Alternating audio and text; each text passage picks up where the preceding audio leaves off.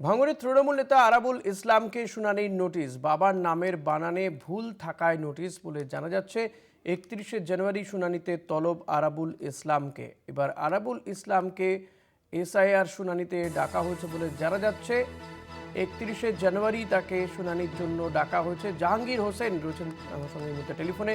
জাহাঙ্গীর, আরাবুল ইসলাম তিনি কি শুনানি কেন্দ্রে যাবেন, কি বলছেন তিনি? দেখো ঋষিকেশ দা, তোমাকে জানিয়ে রেখে দিই, ভাঙড়ের প্রাক্তন বিধায়ক বর্তমান পঞ্চায়েত সমিতির সভাপতি আরাবুল ইসলামকে এসআইআর নোটিশে ধরানো হলো তাকে। এই নিয়েই তিনি সরব হলেন।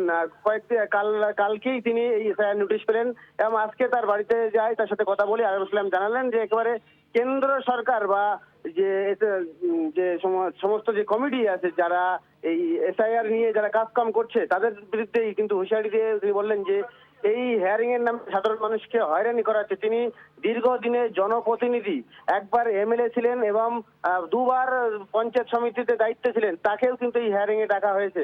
শুধুমাত্র বাবার নামে ভুল থাকার জন্য ডাকা হয়েছে। পাশাপাশি তিনি এটাও জানালেন এই শুধু তাকে নয়, পাশাপাশি বিভিন্ন সেলিব্রিটিদের ডাকা হয়েছে। তবে আগামী 31 তারিখে আরাবুল ইসলামকে ডাকা হয়েছে হেয়ারিং এর জন্য। সেখানেই কিন্তু হেয়ারিং এর জন্য কিন্তু আরাবুল ইসলাম সশরীরে উপস্থিত হবেন বলে জানালেন। তবে এই হেয়ারিং এর নামে নির্বাচন কমিশন যে সাধারণ মানুষকে হেনস্থা করছে, বহু মানুষের লাইনে দাঁড় করে, তার বিরুদ্ধে কিন্তু সোচ্চার হলেন আরাবুল ইসলাম। তবে আগামী 31 তারিখের পল্লেহাট স্কুলে তিনি যাবেন হেয়ারিং এর জন্য, এমনটা জানালেন। ধন্যবাদ জাহাঙ্গীর। কথা বলছিলাম প্রতিনিধি জাহাঙ্গীর হোসেনের সঙ্গে।